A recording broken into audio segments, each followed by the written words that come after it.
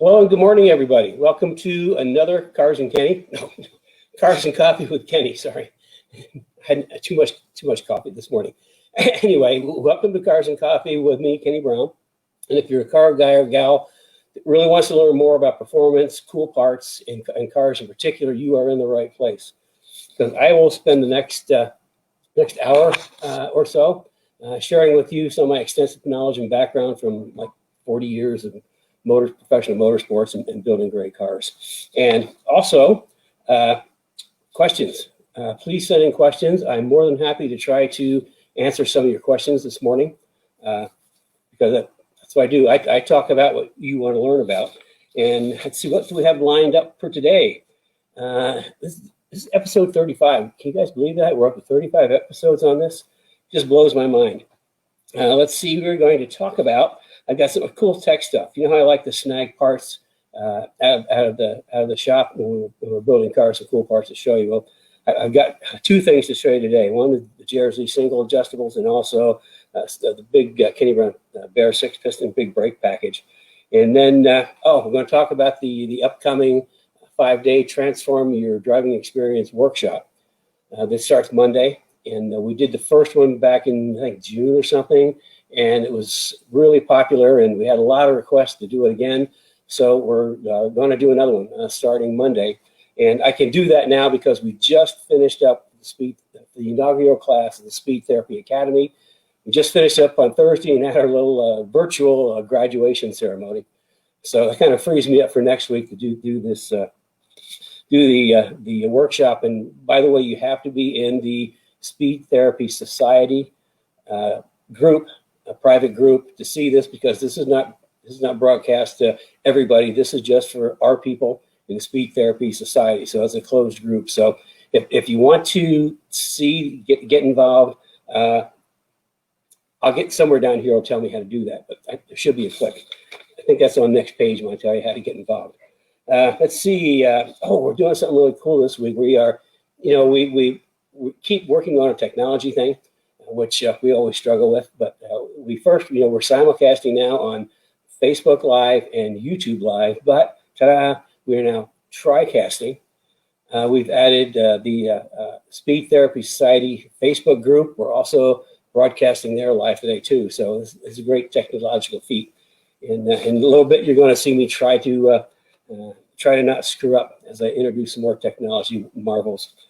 Let's see. What do we have? Artwork this week. Okay, this week's artwork is another one of my Nicholas Watts from my collection.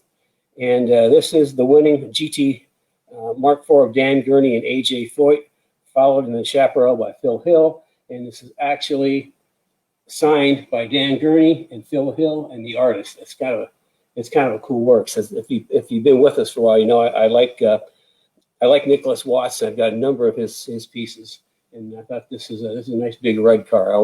This is a great shot. So that's what our artwork is today. And let's get back here. As you can tell, I am my own camera person. And I'm also joined by my toolbox. Yep, I think I'm going to call my toolbox Thule. I mean, it's with me all the time. I think it deserves a nickname. So Thule is with me. Been with me for over 40 years. And if anybody that's been with us for a while know that toolbox has been to every major racetrack in North America, plus into Canada more than once. Let's see, going down my list, my handy dandy list that Carrie prepares for me. This part I always forget. She puts it down here. If you're just joining us, I'm Kenny Brown, and this is Cars and Coffee Live, where I spend an hour or so talking to you about things you want to learn about, and also showing some cool parts and some tech stuff, and try to share my extensive background and knowledge. I've made a lot of mistakes over the years to get where I am today, and if I can, by telling you what I know, if I can help you save you from making a mistake, that's a big plus for me. We've got some. Also, we've got some questions from the Speed Therapy Society. We're going to answer, and you can send questions into the Speed Therapy Society through that to me, because I'll talk about things you want to know about, and also send your questions in live right now. So we've got B.D. Dunwood. He's a new member. Welcome. And I want to know thoughts on Magnerine suspension. Okay, Magnerine suspension is kind of interesting. It's not traditional like spring and shock. It's actually, in the simplest terms, it's made up let's just say the shock absorbers inside, instead of having hydraulic fluid, they've got sort of a magnetic or a metallic fluid, and through electromagnets, they can make the fluid thicker or thinner and adjust it like in milliseconds. So in a way, it's pretty cool. For street cars, it's a really cool setup because it's always adjusting. And I guess I haven't used anything, but I've heard there are some like aftermarket plugins that you can use to tune the suspension to make it a little more firmer, a little more sporty for track. But to me, that's it's a great suspension. But if you really want to, if you're a serious track person, it has some real limitations. And the biggest limitation is springs. Now for the S550s, as far as aftermarket springs that, like OE replacement, they only go up to like 200 pounds, whether it's on the strut, on a regular strut or on the Magneride, you're locked in maybe 200 and maybe 220 as far as spring rate. And, for track days, that's just not enough. I'll give you some examples. I'll talk about the S197 cars, which it's much easier to talk about because it's a simpler package. But in the S197, and I guess also in the 550s, they come with about 134, 150 pound front spring rate. So as you can see, off the shelf stuff going up to 200 or 220 is a nice increase. It's a sporty increase, but it really doesn't get you where you want to go, because my touring sport touring package is a 350 pound spring rate. Street performance / novice to intermediate track is a 400 pound front, and for intermediate track guys still on street tires, 500, 550, and our advanced people on sticky tires is 650. Also, we use like for street cars, like the GT500s, we'll use a 650 just because it's so heavy, and we'll be talking about that a little later on. So the Magneride is good. There are, I believe, some aftermarket things you can adjust it, but as far as real performance, you're kind of stuck at about 200 pound spring rate. And like I say, I like big springs, and if you really think that the 650 is too much, Marlite Paul's World Challenge Mustang with motorsport shocks, I might point out, we were running like 850 up on Pirelli slicks. So you need spring rate to make the cars go. Also, here's another thing that people really don't realize. To run sticky tires, if you want to run slicks, you have to increase your spring rate. Absolutely. A lot of people they'll think they're going to go faster on their Boss Mustang by doing nothing more but putting a set of slicks on. And what happens is the slicks are so sticky, you don't have the spring rate, you don't have the suspension. The car is going to want to roll. You're going to chew up tires, and really not going to be maybe a little bit quicker, but you would be a lot quicker without the slicks with a good suspension and a good spring rate and good shocks. So anyway, that's kind of like on the Magnerides. They're great street package, but there are limitations if you want to hit the track. Okay, Jim wants to know the best way to tie down a Mustang. Well, boy, that's kind of a tough question, because all cars are different. Some are lower than others. I think the do's and don'ts is you never want to like put a strap on like a sway bar, panner bar, anything that would be bending. You always want to look for, if you're hooking under the car, there's always like gaps in the K-member, hook onto that, or loop over a control arm but close to the K-member. That's if you're going under the front. Now, the problem we run into, a lot of our cars are low with splitters, which means that's impractical. Now, you've got a tow hook. You can always use tow hooks and kind of triangulate the tow hooks. But the other thing that I do, because we always use really high quality wheels, like Forge Line and Apex, I actually use the spokes of the wheels. We kind of do like an axle strap, go around like a couple spokes, and hook on. That way we're coming around the side, the front, so we're not kind of screwing up the splitter. And then the back is you have to get on the axle, but you can't be in a spot that pulls on the panner bar or sway bar, Of course, our S197s don't run rear sway bar because the suspension's so good. But that's the kind of thing you need to hook onto something solid. And you know, probably the best there's some tie downs. Actually, there's a thing that goes over the tire, just goes over the top of the tire and ratchets down. And that would be good too, because then you're not going to screw up any of your body stuff. So there's a number of good ways. The what not to do is anything that is soft or can bend. And Carrie is motioning me. I said something wrong, or. Oh, I do have an announcement though. Oh, Carrie has an announcement. I'll let you read it if you can read my writing. Lynn St. James. Oh, congratulations, Lynn St. James. She's been inducted to the Sebring Hall of Fame. Oh, that's awesome. Just this morning. Just this morning. Those that don't know, we've had a very long and really great relationship with Lynn that goes back decades. Even back when we were had our shop on Gasoline Alley, we had extra office space, so she actually had an office right next to me in our building. So we've had the work with her on her female driving development program, and she's just she's an amazing woman. I got to tell you that. So congratulations, Lynn. Woohoo! I'm sure she's going to be inducted in a lot more halls of fame, but she is absolutely top. She's not only a great driver, she's a great person and a super personality. Okay, we got through the do's and don'ts. That's on page 2. My notes with highlights from Carrie, as you know. Oh, here we go. I always forget this too. Give me some thumbs up. That always helps spread the word. Thumbs up and some love and all that. And also, if you got friends you think that can benefit from what I talk about, please share. We also have some people that set up was it watch groups, I think they're called, where get a bunch of people together and watch, which, I'm all over that. I mean, that's great. You can actually do it right now. You can actually do it right now, I'm told. People know that my technology has to do with cars.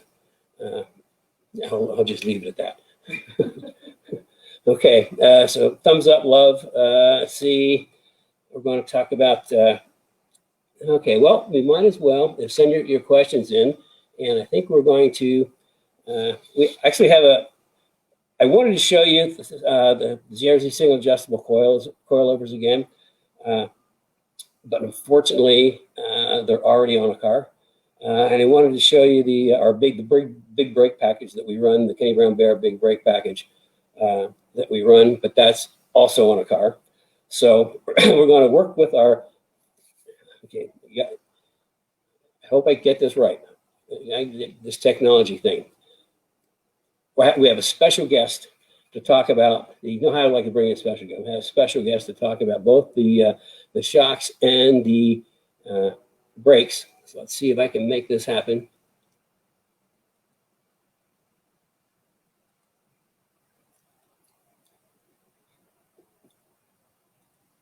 Hey, hello everybody. Kenny Brown here, and I've got something kind of cool to show you. Every time we have something in the shop that's interesting, I try to steal some parts from mechanics who are not looking, so I can show you some cool stuff and then put it back before they know it's gone. But tonight I want to talk a little bit about our GRZ shocks. The GRZ shocks are our premium shock package that we use for pretty much all of our track day cars, and they come in, they're actually custom built for me in the Netherlands to my specifications, and they're shipped here, on a plane. And when they get here, we assemble them. I select a spring specifically for each individual customer for their application. And when you get them, they're assembled. There's an initial adjustment on there. You get a shock setup sheet. And it kind of tells you how the shocks, how I set them up at. And then there's also kind of like a mini tuning guide at the bottom. So you can just make some basic adjustments, although I recommend people don't make big adjustments. It just doesn't work that way. Everything in moderation, especially shock adjustment shocks. But let me get right to it and show you what these are, because these are a mainline shock. And GRZs actually come in single adjustable, double adjustable, and also the RS Pros, which are double adjustable with remote canister. Now, for 90% of our clients, the single adjustable is more than adequate. It seems like the more things people have to adjust, the more opportunity they have to adjust themselves into the fence, which I've seen more than once. And for 90% of our people, the single adjustables are just fine. And especially if you've never worked with adjustable shocks before, it's better if you focus on just one adjustment, not two, because if you do the math, between a bump adjustment, rebound adjustment, four corners of the car, there's thousands of different combinations, and the least thing you want to do is find yourself in the weeds. So anyway, this is the rear, and this is our single adjustable. And people ask about the little spring down here, the helper spring. Well, the reason for that is I use some fairly high spring rates, and if you've been paying attention to some of my cars with coffee, you know what I'm talking about. But when you have a high spring rate and you put the car down, if this were set up at ride height, then when the car got let down, this would kind of flop around. So what we do is we use these little helper springs just to kind of keep everything in place. So when the weight is off and the shocks hang down, everything stays in place and they go back on. Now these, like I said, are single adjustable, and you can see there's see that? Oh, that's not good there. There's a plus and a minus. Minus is soft and plus is hard or firm. And we adjust everything off of full soft. I start at full soft and work our way up. You never want to start at hard and work your way down. And that's just kind of like the worst thing to do, because you want the shocks to be just firm enough for compliance, but not so firm that they don't move enough and they kind of jump across the bumps. Now, single adjustable only controls a rebound. Now, what is rebound? Okay, rebound is when your spring compresses. Okay, if you squash a spring, what's going to happen as soon as you stop squashing it? It's going to bong. It's going to spring back up. And you've probably seen old cars going down the road with kind of like bouncing along when they have no shocks left. So what the rebound is, it's just pretty much that. It controls rebound. It controls how quickly or slowly that spring unwinds from being squished.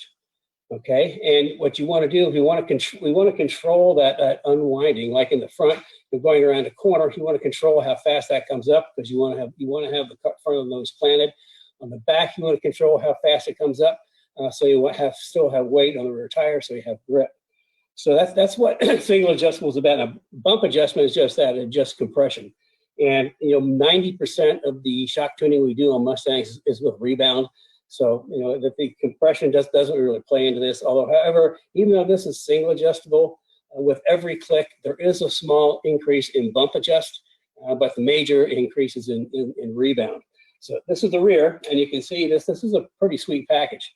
These are super high premium, top quality shocks. And then moving on to the front of the car, usually I start at the front and work backwards. Today I seem to work from the backwards forwards. But this is a front strut. And again, we've got our helper spring down here to take up the slack. And I don't know if you can see this, but below there you got a little silver thing down there. That's a torsional release bearing. We always put torsional release bearings on all of our coil-over shocks. Two things. One, it makes it easier to adjust ride height, because you've got this basically two thin washers and roller bearings all the way around. So it makes adjusting really easy. But also, as the spring compresses, it goes up and down, it actually kind of twitch a little bit.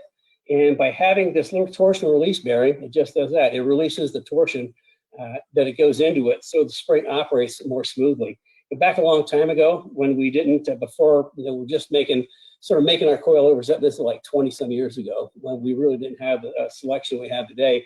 We would turn like Conies or Bill Snites into coilovers with a kit.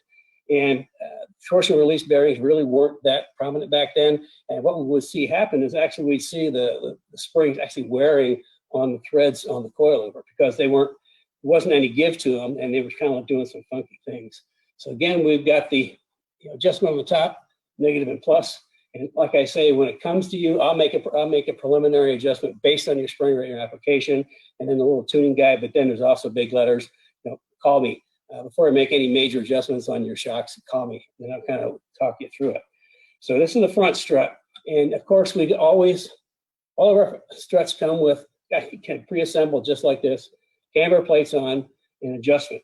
So, and the thing about jerseys is actually, I don't know if you can see that, actually got a little bit of camber built right into the strut, which means you don't have to run as much camber on the top, which is a good thing. So that's a little bit of our jerseys, and I wanted to show them to you because I love them. I mean, they're a great shock. I got exposed to jerseys 2011. My late son Paul won the Pirelli World Challenge GTS Championship. He didn't win; he just got dominated. And one of the keys were there's two keys that I carried forward. One is we talked about before, my Pro 4R race brakes. I mean, that was part of his package. We've since developed them into a much better package, which we offer for S95 197 as far as for pure racing. Nothing better. You may have seen one of the clips on that, but also the JRZs. And I was really impressed because Paul had incredible car control, but one of the things he was really good at is making the curbs work for himself. Curbs, curbing, you see like the pros driving on curbs all the time, and they kind of fly across. Well, you've got to have a good shock package to use the curbs. If you don't have a good shock package, the curbs can actually upset the car, or give you a little sway or something, and that just kind of kills time. But if you've got a good shock package, you can actually use the curbs, and that was what's really impressed me. But Paul had obviously the motorsport shocks, and they're a little pricey for our track day guys. Like 10 grand for a set of shocks plus springs. So we talked to JRZ, and they've actually since then come out with an RS line, which is sort of like for the track day guy and club racer. And it's just a wonderful shock package. I mean, we use them on, just about everything. We've got the S197s and the S550s. And like I say, if you want kind of like the best track day shock without spending 10 grand for a motorsport shock, JRZs are the ones to have. I mean, if they work, I wouldn't use them on the cars I build. So if you want to talk more about the shocks and spring race, I didn't mention spring racing. My spring rates are so much higher than everybody else, but then I know how to make springs work and shocks work, and springs and shocks have to work together. But this is a track setup, so we're running about a 650 front, 400 rear, which is typical for a live axle car. The S197s from the factory come with 134 front, maybe 150 somewhere in there, depending on the car. And off-the-shelf aftermarket sport springs typically only get you 200, maybe 220, and that's about it. And my touring package starts at 350. Performance Street's like 400, and that Performance Street 400 also really good for novice track day people, even all the way up to intermediate. But for the guys that are kind of more advanced and intermediate, but still running street tires, I might run like a 500, 550. But for our advanced track day guys, we'll run a 650, 400. But this is actually not a track car, but it's a GT500. And the front of a GT500 weighs a lot. So I actually use a much higher rate spring. If this was a street car, we'd probably be looking at 500, 550 if it was a Coyote car. But with the GT500 and the extra nose weight, then I chose to use a 650 on this car. And it should just drive like a dream. We've used that package before on the street for GT500s, and it works. But we had a number of years ago, we had somebody bring a Shelby with the Super Snake. It was the S197 Super Snake, and he spent like a lot of money on this thing, and he just hated the way it drove. So he brought it to us. We did our full suspension, the Gen 4 AGS 4.0 suspension, and said JRZ single adjustable with a 650 400s. And it wasn't half an hour, 45 minutes later, he called and he said, this car's never driven this good. I should have brought it to you guys first. Well, good for us. But anyway, that's just how good of a package this are, whether it's street or track. If you want a super high quality, premium shock package, JRZ is it. I mean, if they weren't, I wouldn't use them in the cars that I build. So if you have any questions, certainly, you know the drill.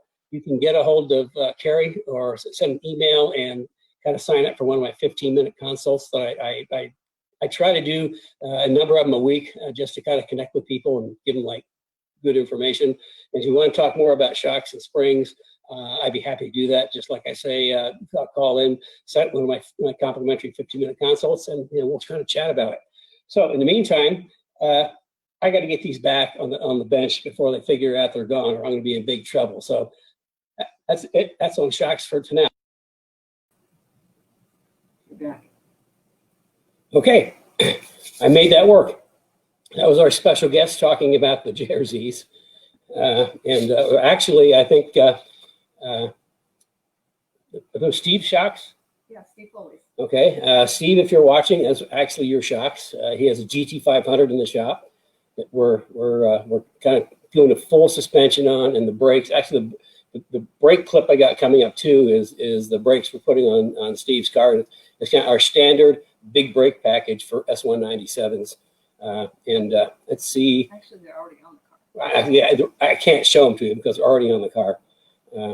So let me see. Let me try my technology adaptation again, and that one went pretty smooth.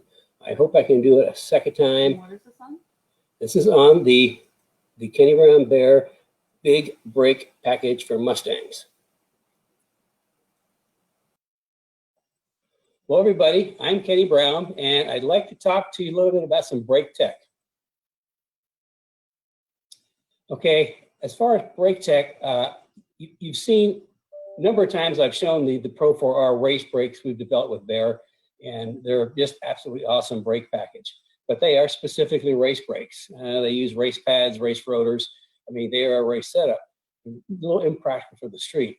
However, for our street cars, we also have a really cool big brake kit. And unfortunate is we just happen to have a GT500 in the shop right now. We're doing the full suspension of brakes on. So if nobody's looking, I kind of stole the brakes so I can show you to you for a little bit. But then I'm going to put them back so they don't even know they were gone. So when I look at big brake kits, what I want something that's really solid, that works, that's cost effective, and looks good. So along those lines, for all the big brake, here I go again, I keep doing that. All the big brake kits. Okay, say that 10 times fast. All the big brake kits that I use are for S197s and also S550s and SN95s are pretty much the same calipers. The rotor size might be a little bit different, but let me start off with showing you the front. This is our Extreme Plus 6-piston caliper, and it's forged, and you can see this is pretty heavy duty. It's got really nice thick 0.71 thick brake pads, really nice machined bracket that goes on it, and what you can't see, kind of hidden in here, are ARP studs along with 12-point high straight nuts, which 12 points going to give you better torque value, and that's kind of the working end. I mean, that's the 6-piston. This is a really great setup, and to go with that, at least for the S197, we have a 14-inch by 1.25 rotor and 2-piece slotted. I don't use slotted. Remember that if you use a drilled rotor and go on track, it's going to crack into drill holes, period. So I only use slotted. In fact, for Baer, we have our specific part numbers just with Baer because of the way I like my rotors done. So that's kind of like the working end of the front. I always like to talk about the front first because that gets the corner first. And also to go with those, we have stainless steel brake lines. And with this, they're a banjo type fitting, which is exactly what we use in professional grade race cars. So they work great. In fact, these have still real light clear coat over the stainless steel. It makes it a little more durable. That's kind of the front end of the car. And for the back, if you've heard me before, I talked that with 8.8 differential with the C-lock axles, it's really difficult to put a big brake kit on the back. Simply because the big brake kit will be solid mounted to the axle, the rotor solid mounted to the so the rotor is also solid mounted. And what happens is with a C-clip, there's a little bit of play in and out on the axles. If you've ever taken the back end apart, you've seen a little bit of play. It can be a little bit or even a little bit more. The problem with that is if you go around a corner and the axle moves, and you go around the corner the other way, the axle moves again, even a little teeny bit, it's going to knock the pads back. It's called pad knockback. So next time you go to hit the brakes, your foot goes all the way to the floor, and then you're just pumping like crazy to kind of get brakes before you hit the wall. So that's why we don't put big brake kits on the back unless we do things like change over to like a welded end and a forward 9-inch type axle, which the bearings on the axle that bolts in so it's solid. Or we actually have, we do like 9-inch rear ends. We have specially built 9-inch rear ends for S197 and 550s and Fox. We get them for all of them. So what we do, we want to increase the braking power of the back, but putting the big brake kit on is not a good choice. So what we do, we've got a really great solution. Okay, I just happened to use a rag because this is a crusty, dusty rotor that just came off of the back of the GT500. And you know, this is like an aftermarket rotor. It's got slots and holes. And like I say, you've heard me before, I never ever use holes, always slots. Because these things get hot, absolutely guaranteed, 100% every single time they're gonna crack right at the holes. And that's a bad thing. So a wimpy little rear rotor, this is what we put on instead. What do you think? It's a 14-inch rotor, and it's the exact same width. It's ventilated, the exact same width as the factory rotor, but it's two-piece, which means it's got aluminum center. And with a bigger diameter, it's like using a breaker bar. You know, if you go to break a nut loose and you got your little 3/8 ratchet and it's can't get it done, you put a breaker bar there, it's easier. Well, the same thing happens with brakes. You put more rotor on the back, it's more leverage on braking, more braking power. And totally transparent ABS. And something we found in testing, it's a long time ago, I might have my numbers off a little bit, but with a stock rotor, we were seeing something like, I'm gonna say just 500-degree rotor temperatures in the back. And when we went to this is with our GT4 AGS 4.0 suspension with good anti-squat, good anti-dive. When we went to the 11-inch rotor, the rotor temperature jumped up like in the 800-degree range. And then when I went to the full, this is a modified axle, went to the full 6-piston big brake kit in the back, they went all the way to 1100 degrees. So the moral of the story is kind of the more brake you put on the back of Mustang, the more it uses it. You know, for years people say, well, no bother putting bigger brakes in the back of Mustang. They don't use it. All the braking's at the front, the back of the car is always up in the air. Well, with a rear grip kit, it's not always up in the air, it stays down. But what I'm saying is you can dramatically improve your braking, stopping distance, stopping power by big brake kit in the front and a big rotor kit on the back. Now for SN95s, we have this brake available for SN95s, but we have some for a 13-inch rotor for smaller wheels, but I prefer the 14-inch rotor. And I like to see at least 18-inch wheels, but I think they will fit on the or 19-inch wheels. I think they will fit 18s. But we also, just to be sure, anytime you get a big brake kit, very important that you understand, will your wheels clear big brakes? Now, for our kits, we can send you a template that you can kind of print, put on a piece of cardboard. I'm gonna have one over here. Hold on, I'll be right back. Here you go. There's a brake template. This is for our Pro 4Rs. And there, you can see it. This prints off in kind of like real in the actual size. And I put just a piece of cardboard, and you can lay that on your wheel. Oops, go this way. You don't see the ugly back. You lay it on, let's see, lighting, help me out here. This is getting bad. Okay, we'll try that. Okay, you just put it on your wheel in here, and this will give you the profile of the brake so that you can see if this hits any of the spokes on your brake that's not on your wheel, the brake kits aren't going to clear. If there's room, then the brakes are going to clear. All the wheels that we use and carry clear big brakes. So, and then for the S550 cars, we have same caliper, 15-inch rotor on the front, which even better. But we also, because it's an IRS car, we also have a big brake kit for the back. It's also a 15-inch rotor, 6-piston caliper. So that's pretty cool. And the brakes that we do have kind of like a secret brake package we use for the 550 cars. It's my super mono monster Giganta brakes. It's actually, the rotors are 15-inch and the calipers themselves are like 14 3/4 inches and they're massive. But that's only for the 550 cars and only for the front. And we just put them on our special builds, like the GT4 CSR cars, like Maryland, for example, that we built a year or two back. But that's kind of where we are with the big brake kits that I use. And the reason I use them is because they work. They're good quality and they work. So that's a little on the brake check on the brakes I use on my cars. So there. And this better get these back on the bench before the guys figure out that I stole them. So with that, we'll see you next time. Yeah. Ah, well, I did that. You have no idea how pleased with myself I am that I got through that without a mistake.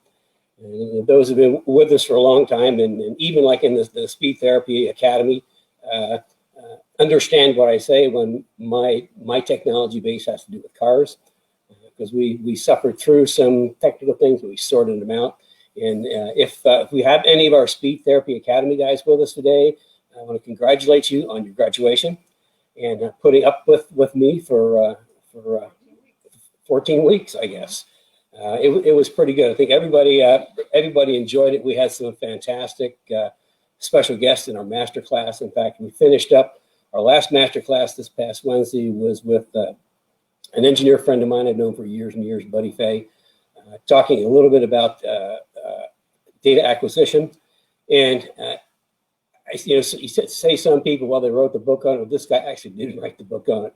He wrote a book called Data Power a while back, but and he's engineered just about everything. If it rolls in a road race car, he's engineered, won a bunch of championships. Anyway, that's how we finished off, and then we saw some videos from some of our guys this week, did some critique, and then we had and driving tips, and then we also had quiz questions to answer.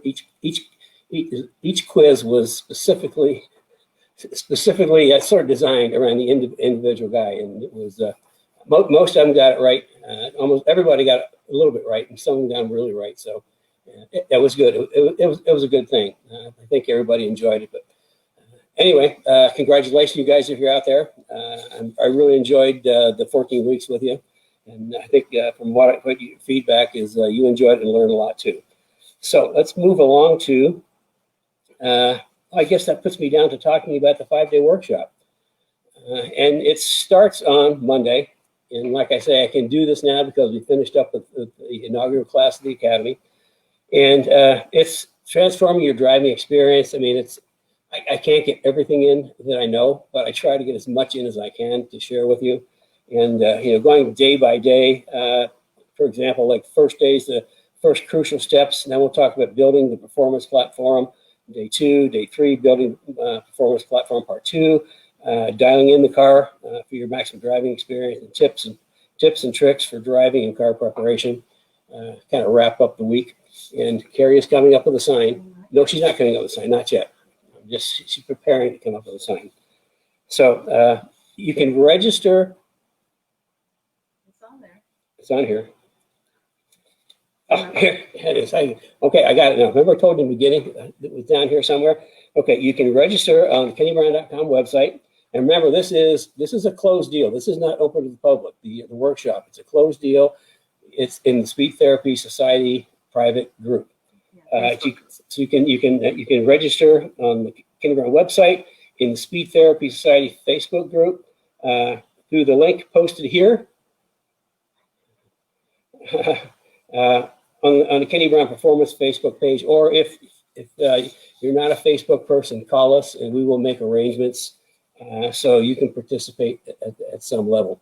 So now she comes up with the sign. Okay. So, are you going to read it, or you want me to? That's a lot to read. Okay, you're going to have to read it. Okay, so one of the things, once you register, you need to join the Speed Therapy Society Facebook page, which Kenny said. But what we have in there to help you through the workshop is this is a new and improvement over the first workshop. This is really important because this is going to help you through the workshop. It's a 5-day workshop, and everybody has their own Kenny Brown workshop ambassador. Amy and Bridget are the ambassadors for this workshop, and they are trying to reach you through Facebook Messenger. So if you could please check out your Facebook Messenger page.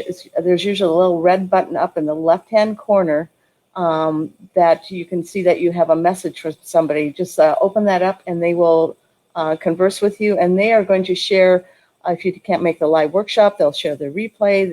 If Kenny offers any kind of learning resources, they'll be able to give you a link to that. It's just a more convenient way for you to make it through the workshop. If you have any questions, especially there's a lot of questions usually right when the workshop is happening, you can just instant message your Kenny Brown Workshop Ambassador, and they will be able to help you. So Amy and Bridget are standing by the ready to answer any of your questions. Okay, well, see, new and I can say that this workshop is new and improved. Two of the most important phrases in advertising. So that's kind of that's going to be kind of good. Like I say, we've got a lot of people signed up so far. I'm really impressed how many people signed up for it. Yeah, there's almost 500 signed up so far, and a lot of them are signing up again because they want to watch the workshop for the second time. Guys, this is a really cool workshop. If you can make it, I'd recommend registering, and then also just realize that we will be having the replays. They will be posted in the Speed Therapy Society Facebook group until Tuesday the 24th. So if you can't make every day, you'll be able to watch the replay, and it's worth registering. And it's free. I guess that's the other important term. New, improved, and free. Oh my goodness, you sound a little salesy there. Yeah.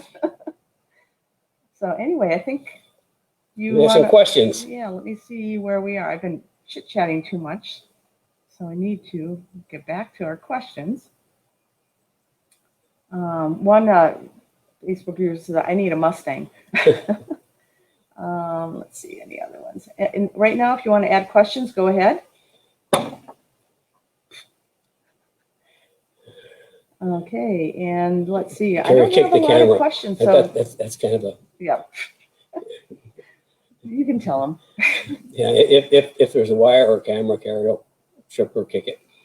Okay, we have a question back here. There's not many questions, so make sure you ask your questions now. JL says, and I think he's a new Speed Therapy Society member, and he may be signed up for the workshop. JL says, when you were talking about shocks, might the double adjustable strange shocks be able to be used on the rumble strip successfully? Okay, he's talking about the double adjustable strange. And I'm going to say yes. Although if it's an S197, I mean an SN95, that's what we have our custom built strange shocks for. I recommend to people to stay off the alligator teeth if at all possible. For a couple of things. One, I mean, you've got to get your shock adjustment just right. The only way we get the strange is the fronts are double adjustable. That's the only way we can get them, and we'll run very little bump in them, and mostly rebound. But you need to work with them so that they feel right going across. But I tell people SN95s to kind of stay off the alligator teeth. They chew up wheel bearings, especially if you've got sticky tires or big wheels. If it's a smooth curb, you're okay. But if it's got those alligator teeth, they will work okay. But I really strongly recommend not driving on them. In fact, in the academy, one of our people we're doing a video with SN95. He was hitting the alligator teeth, and I said by teaching him, showing him a different line, how to get around the corner better and stay off the alligator teeth. I think when he goes back and drives again, he's going to be a lot quicker, without even cutting the corners. Okay. Okay. So anyway, we have another question on shocks. Cliff Glidden, who is one of our Speed Therapy Academy graduates, asked questions about his shocks. He's also getting the JRZ shocks on his car. Actually, they're on there already. How about when they begin to wear? How do I or where do I get them rebuilt? Okay, that's a good question. They are rebuildable. JRZ does have a service center here in the U.S. It's up in Chicago, getting it rebuilt, so that's not a problem. I can tell you we've only had just spotty issues with having to have them rebuilt for the most part. Like on Ruby, my car, I ran there for 3 years, and with no problems. But if there is an issue and need to get rebuilt, there's a service center just right up in Chicago. We can kind of shoot them off, and they rebuild them and send them back. So, that's a nice thing about these professional level shocks, is they are rebuildable. Okay. Okay. Also, Herstopher has a question. He's another graduate. Herstopher is a graduate of Speed Therapy Academy, and he joins us from Bulgaria every night. It's 2:00 in the morning when he's at the academy, but he's with us this morning. Hello, Herstopher. Okay, he has a question. The S550 15-inch back calipers, how do they work with the master cylinder, and how does this affect brake balance? It's transparent. It's just totally transparent. The calipers are set up with the right volume, so that the master cylinder works exactly the same. And because it's ABS, advanced ABS, it's totally transparent. They don't even know they're back there. The only thing that can tell you they're back there is the car stops. It helps a lot better. But yeah, no, and any of the Baer brake packages we have are transparent to ABS. And if they weren't, I wouldn't use them, because you guys don't need to be fiddling around and trying to figure out brake biasing. It just, having the ABS work, that's the way I like it. Okay, we have a number of comments. They're not questions from Tribar65, but he's going to get your opinion whether he wants it or not. Okay, are you ready? I'm going to read a number of his comments. He has a Boss S, and he has the GRZ Pros on it with the FA3030 piston. That's a low friction, yeah. I think. Okay. And it's valid for 750, 250 springs. So 750 front, 250 on the rear. Okay. Let's see. So what kind of car it is? It's a Boss S. Boss S? Yeah. Mm-hmm. And let's see. Let me see what else he says. 750 front. No, it's 750 front, 250 rear. And Okay. he says he has a 22 millimeter rear sway bar on the car. And he also has, it's a 12 Boss S. He says if I drop the rear sway bar, it goes up. He puts 400-pound springs on, or goes up to 400. And on his rear suspension, he has the Watts link, stock 302S and Watts. Okay. So do you have any opinions or anything, or is it a 15-minute? It's a 15-minute, but I can tell you, first of all, with 750 front, I hope you run like sticky tires, because that's for 750, you need sticky tires. Also, you're way undersprung in the back, way undersprung. Our basic package is a 650 front, 400 rear. 750, we go up to maybe a 450 in the back.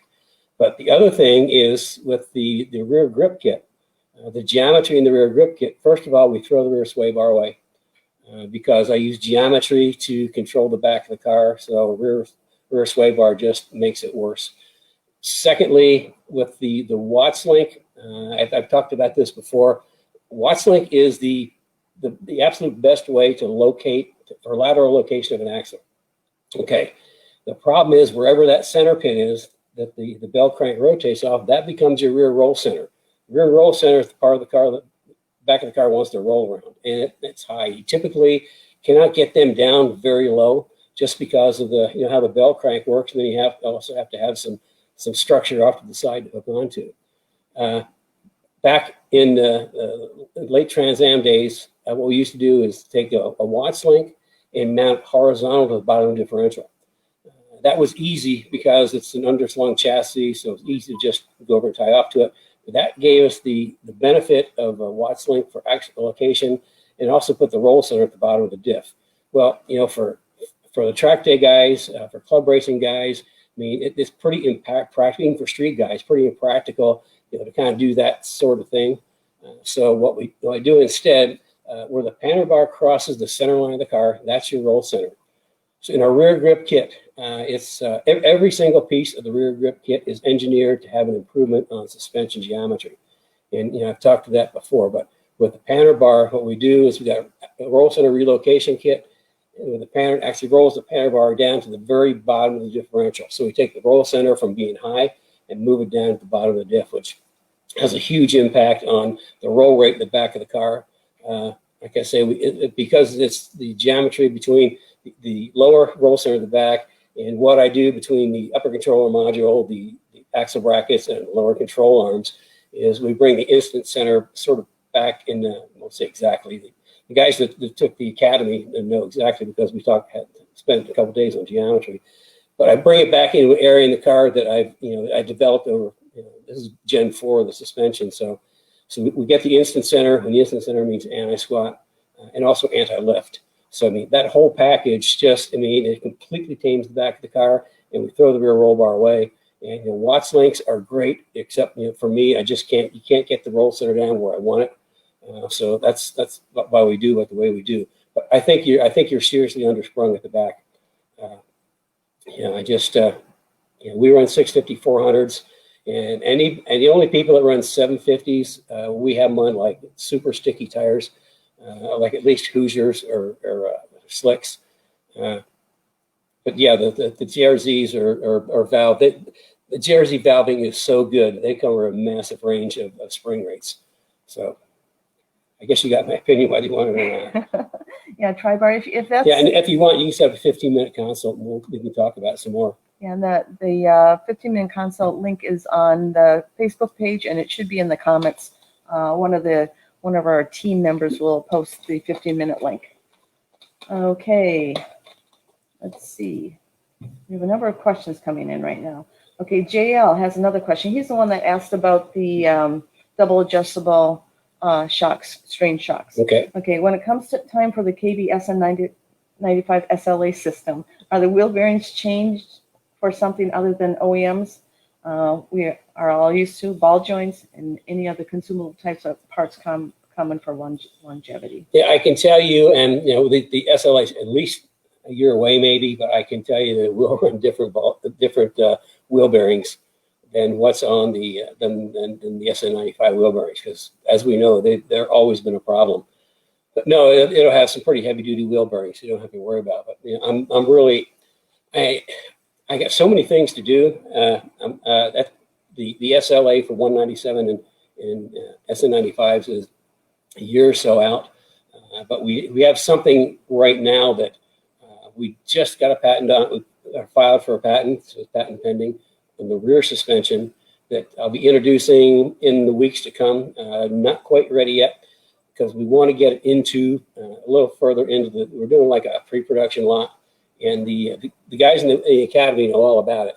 In fact, most of them already signed up for one. But we'll be talking about that coming in the future. But it is actually it'll blow your mind how I get the rear suspension to work. But like I say, I guess I'm giving. Is this a teaser? Yeah.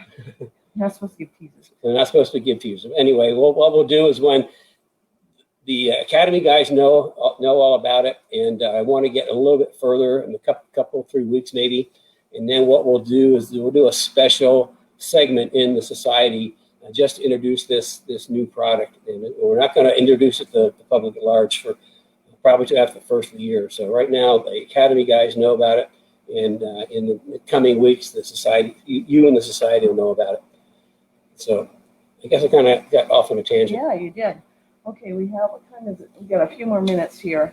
Okay, we have still a number of questions to go. I can find them. So I think you answered this with with Herster first, but this S550 15-inch back calipers, how do they work with the master cylinder? How this affects brake balance? Is that kind of a real similar question? Yeah, same question. It's totally transparent to the ABS and the master cylinder. It doesn't even know it's there. And that's because the calipers, the piston size is engineered so it's got the same volume as the OE brakes. So if you got the same volume, then the master cylinder doesn't know the difference. And even though it's got a 15-inch rotor, the ABS sensors still pick it up, so it's totally transparent. It's a pretty cool package. I mean, it looks awesome. I gotta tell you, big 15-inch brakes front and rear with bright shiny red calipers or silver calipers or black calipers. I forgot to say, we can get the calipers they come black, silver, and red, but there's custom colors. We can get them in a lot of different colors. We've actually had a couple get nickel plating on their calipers, which are pretty cool. So. Okay, so Cliff Lynn, he doesn't have a question, but it's just so sweet. Again, from our Speed Therapy Academy graduate class, he says Speed Therapy Academy was a great learning experience. I encourage anybody who wants to know more about his car setup, driving improvement, and sharing Kenny's knowledge. It's well worth the time and the effort. Huh. He said it made him better. Huh. That's not sweet. Yeah, that's really nice. We appreciate the plug. And Cliff has an FR500S. You may be familiar with. They were built in 8 for the Mustang Challenge in 2009 and 2010. And back then, I actually engineered 3 of the Mustang Challenge cars for Speedworks. Speedworks? Yeah, Speedworks racing here in Indianapolis. And it was really weird. Cliff ended up with one of the cars, the number 44 car, that I hadn't seen since 2010, and it's like what we're doing is we are basically making a whole new car. It's sort of like unscrewing the radiator cap, rolling the car out, rolling a new car in, screwing the radiator cap back on. He's getting full AGS 4.0 suspension, Profile R brakes, JRZ shocks, and we're doing the engine upgrade that was legal for a World Challenge in 2011. In 2010, the Mustang Challenge Series finished, and there was all these cars, so they allowed them into the World Challenge with some updates. What he's getting back, he brought a 2010 FR500, the Mustang Challenge spec car. What he's getting back is a 2011 World Challenge spec car, and I'm pretty excited for him to drive it because he's just not going to believe how good it works. So, thanks for the plug, Cliff.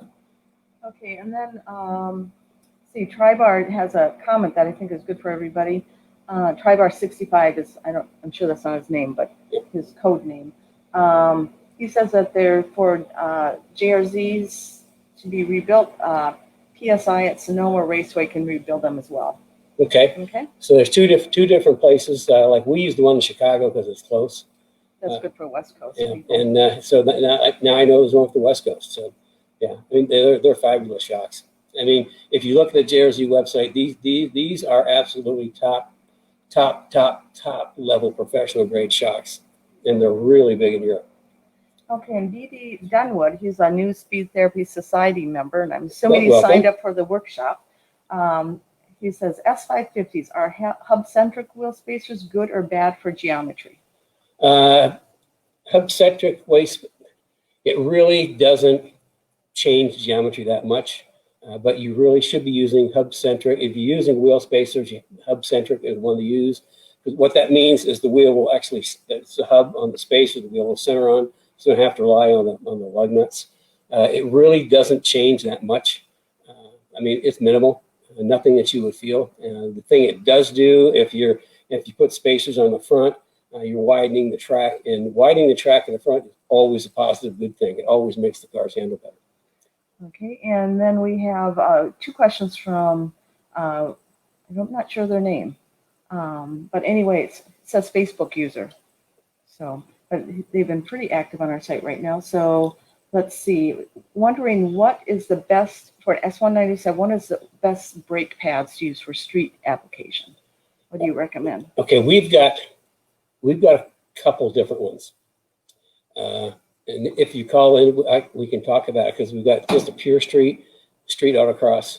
And I think we've got 14 maybe different brake compounds, but we do have a really good one for the street that's easy on rotors. It's for a 550 car. No, this I think is an S187 because he's asking a 197. Yeah, we kind of switched over to for our track day guys and street guys, the G-locks. We're still using Hawk for race cars, just because that's what I've been using for years for race cars. But the G-locks that we're getting are really friendly on rotors, which is good. And also for the track day guys, we get them pre-vetted, so you don't have to waste an entire session vetting your brake pads. And people who run track days know if you don't get your brake pads vetted right, they don't last. So, but anyway, we get them pre-vetted. So yeah, call us. We can get you hooked up. Not a problem. Okay. We also can get you set up with 2-piece slotted rotors as an upgrade. Okay, I think I figured out who this Facebook user is. Ooh. Because it's the same question here. Chris Perigo, since an S197 brakes and clutch use the same fluid, do you recommend spreading them? Yeah, actually, yes. I mean, there's kits out there that separate the master cylinder reservoir for the clutch and the brakes. Those who run S197 know that they use the same hydraulic master reservoir, the brake reservoir for the clutch.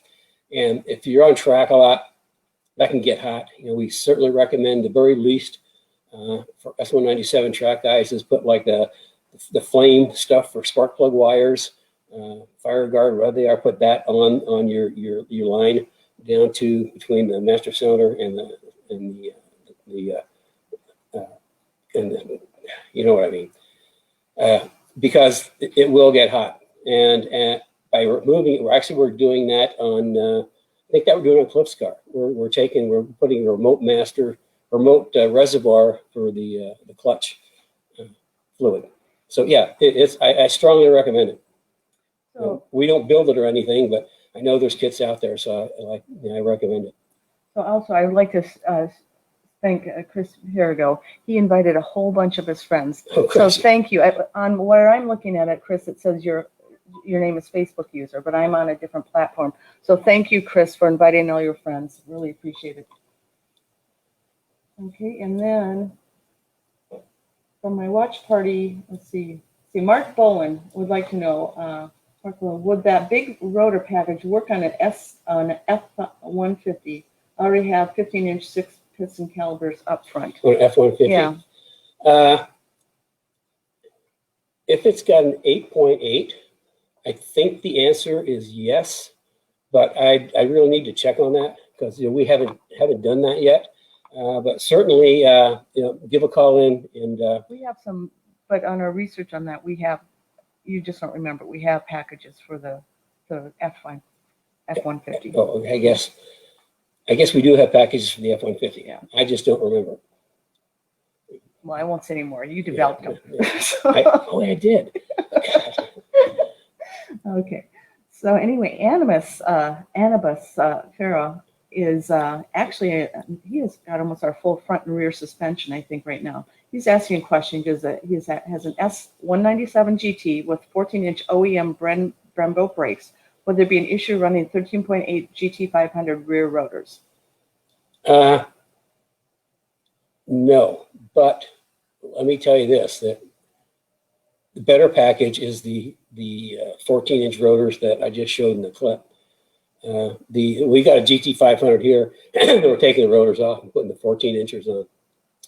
I can't remember what years, like there's some years, the GT500 that actually, maybe it's 13, 14, I just don't remember. Rich would know that if to switch over to the 14-inch rotors, we have to actually put the brackets off of the GT on it. So no, I would strongly recommend the 14-inch upgrade kit over the GT500 rear rotors. A much better package. So the two-piece slotted rotors. I mean, that's sort of like the bomb. Plus they're 14-inch. And I'm just stalling because Carrie's doing something on her phone and not asking me questions. I'm actually working with 3 of our team members. Oh, she's working with 3 of our team members right now, so I guess I have to delay for more time. Well, maybe I should just ask Bridget right now, as long as. So anyway, Bridget did a watch party. Oh, Bridget, good for you. And she has one question. I'm not sure if it's 2 questions from her watch party. So Bridget, if you can send through the second watch party question, if there's one, I'd appreciate it. And then we have, let's see, our good old Facebook user said, love how easy it is to change the paths. And we also have someone, this is what their name is, someone on Facebook. That's clever.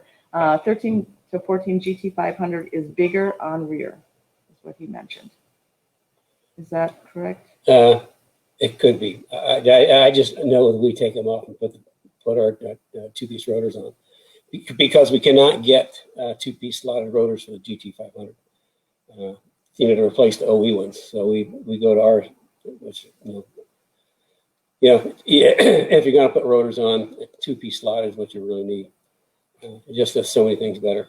Okay, there was a number of questions today. If anybody has any more questions, if we missed one of your questions, please just retype it in and we'll read it. Otherwise, we're going to be getting ready to sign off. I just wanted to mention one more time, if you signed up for the Transform Your Driving Experience workshop and you've also joined the Speed Therapy Society Facebook page so you can view the workshop, Bridget or Amy, our Kenny Brown workshop ambassadors, have messaged you and they're waiting for a reply from you. They'll be able to help you through the workshop, get you a whole bunch of resources that you need. So look in your Facebook Messenger up in the left right-hand corner for a little red dot and click on that and you'll be able to connect with them. And also wasn't there some problem with some of the emails going into people's junk mail? Yes. Yeah. So what we've learned, especially if you have Microsoft Office or Microsoft 365, they've increased their security. So a lot of people's emails are going into junk or clutter. So if you're thinking you should get an email from Kenny Brown, especially on the workshop, we'll be sending you one every day to remind you as a reminder, and also the replay. So if you do that, make sure you check your junk or your clutter, and then click on it so you can accept us as a safe sender. There we go. So, have any more questions, or are we? I think we are good. Just one more. Monday is the workshop, and you can sign up on just about every access point for Kenny Brown. The website, Facebook page, call in, any way you want to. Okay.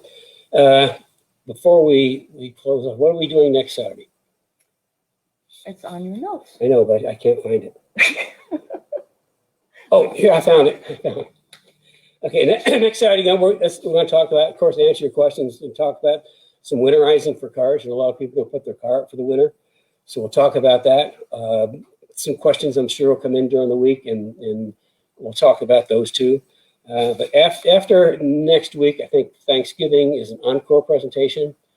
And then I'm lobbying to do a couple of encore presentations in a row coming up. It's been 35 weeks for me. Saturday Cars and Coffee. We did a 5-day workshop. We just did a 14-week academy. I'm doing another 5-day workshop. Okay. So I'm going to take some time. What I'm getting to, if there's certain things you'd like to see again, send in what you'd like to see, and they'll try to pull up the episodes that feature what you want to talk about on the encore. Will you plug your ears for a moment? So don't say la la. I have to talk. So anyway, what usually happens? Kenny takes 1 week off, and then he's raring to go. Our team really wants him to do more than do every Saturday. Well, so we'll see. So stay tuned. Stay tuned. So anyway, take care. Okay, that's it for today. I really appreciate everybody showing up. Congratulations again to our Speed Therapy Academy graduates. Mm-hmm. And I'm looking forward to seeing an awful lot of you Monday night for the Transform Your Driving Experience workshop. Thanks for your questions. You want anything we didn't talk about, you want to know about for next week, send your questions into the Academy, and we'll sure to talk. Society. I told you, 35 weeks of this. Okay, I could use some encores. Send them into the Speed Therapy Society. Okay, well, with that note, a tweet came in. Is it important? Nope. Okay, but with that, I'll let you guys go off and enjoy your Saturday. If you can still drive your car, if you're at part of the country you can, enjoy it. It's getting a little frosty here, which I'm not really looking forward to what comes after the frost. So we'll see you next week.